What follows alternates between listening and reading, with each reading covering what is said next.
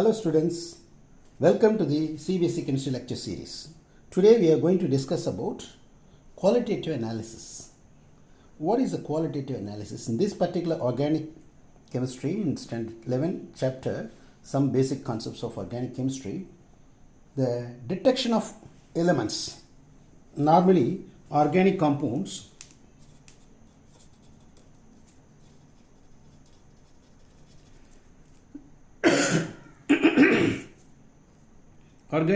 containing the elements carbon, hydrogen, oxygen and the heteroatoms like oxygen, nitrogen, sulfur, phosphorus and halogen sometimes. These are the elements normally present in the organic compounds. So if it is the compound is in pure form to carry out this qualitative analysis, that means we are going to detect these elements are present in the organic compounds or not. Okay. So first we will discuss the detection of carbon hydrogen. Detection of carbon and hydrogen. In this particular elements detection, suppose if any organic compound, we know that organic chemistry itself is nothing but carbon compounds. That means definitely carbon is there. Carbon is present as one of the element and hydrogen is also present in that one. So how can you detect the carbon? While detecting the elements carbon, hydrogen present in the organic compounds, this is a diagram for what? Finding the carbon, hydrogen in the element. You can take the organic compound, known organic compound, say for example 5 grams. Along that you have to add a cupric oxide. Cupric oxide is a black powder. So with these two compounds are heated in a Bunsen burner. If carbon is present in the organic compound, that is oxidized to give a carbon dioxide gas. Carbon dioxide gas. And suppose if hydrogen is present in the organic compound, that is oxidized to give a water vapor. And these two are, how can you identify? When the carbon dioxide gas is passed through this one, in the test tube we are containing the lime water. Lime water formula is CaOH twice. When it is treated with the carbon dioxide, it becomes a CaCO3, which is a milkiness. From that milkiness, the formation of carbon is definitely present in the organic compound due to the formation of calcium carbonate.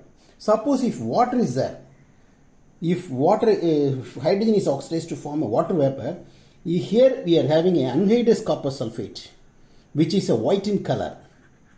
Normally the anhydrous means without moisture. That is called normally white in color. When it absorbs the 5 molecules of water, the color changes to what? Changes to blue in color. That indicates definitely the hydrogen is present in the organic compound. Yes, we will explain the form of equations. If carbon is present in the organic compound, when it reacts with the cupric oxide, that is on just heated, it gives a carbon dioxide gas plus copper. You balance the equations. So this indicates the vapor form. Suppose if hydrogen is also present in the organic compound, when it reacts with, becomes H2O plus Cu. So this is also in the vapor form. How do you confirm this carbon hydrogen is present in the organic compounds? That's what confirmation by the following equations. Lime water, you know that lime water formula is CaOH twice. That carbon dioxide reacts with this one, it will become a calcium carbonate plus water. You have to, that turns a lime water milky or milkiness. That indicates definitely the carbon is present in the organic compound. Suppose if it is anhydrous copper sulfate, CuSO4, which is a white in color. Anhydrous means without any moisture.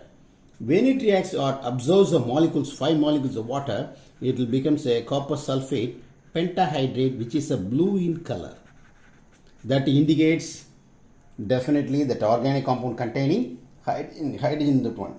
Next, we will see how nitrogen atom is present in the organic compound. A detection of nitrogen in the organic compound.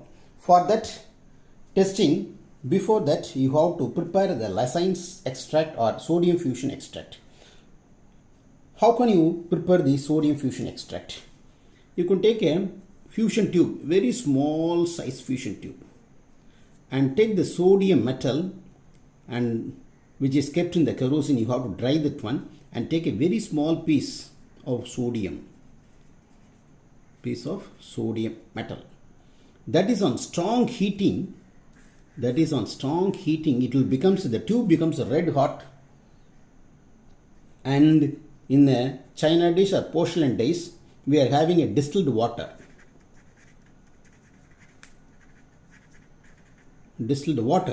You suddenly immerse this fusion tube in the water. What will happen? The tube broken down into small pieces. Then you have to use the mortar and grind it well. And you have to filter the solution. The glass pieces, everything will be filtered in the filter paper itself. Finally, we are giving a transparent colorless liquid that is called sodium fusion extract or Lessines extract. With the help of Lessines extract only, we are going to test whether nitrogen atom is present in the organic compound or not. So, you can write in the form of equations. When sodium metal or sodium atom reacts with carbon and nitrogen present in the organic compound, it gives a sodium cyanide. When this sodium cyanide will treated with ferrous sulfate, what will happen? It becomes ferrocyanide, FeCN twice, plus sodium sulfate, Na2SO4. This ferrocyanide, FeCN twice, which will react with the excess of sodium cyanide, excess, 4 times. What will happen? It forms a complex Na4 FeCN 6 times. This is called, what is the name of this complex? Means sodium hexacyanoferrate. Then this sodium hexacyanoferrate, you can add a ferric chloride, FeCl3. So what will happen? It gives a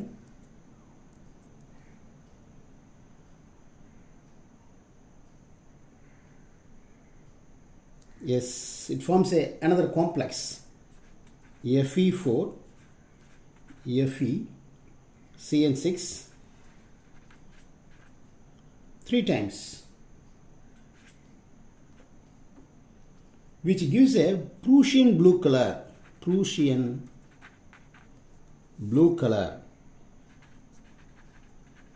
that indicates the organic compound contains a nitrogen atom. So that Prussian blue color due to the formation of this complex. So from that we are identifying the organic compound is containing nitrogen atoms. Thank you, students. If you have any comments, please mention in the comment box. Thank you.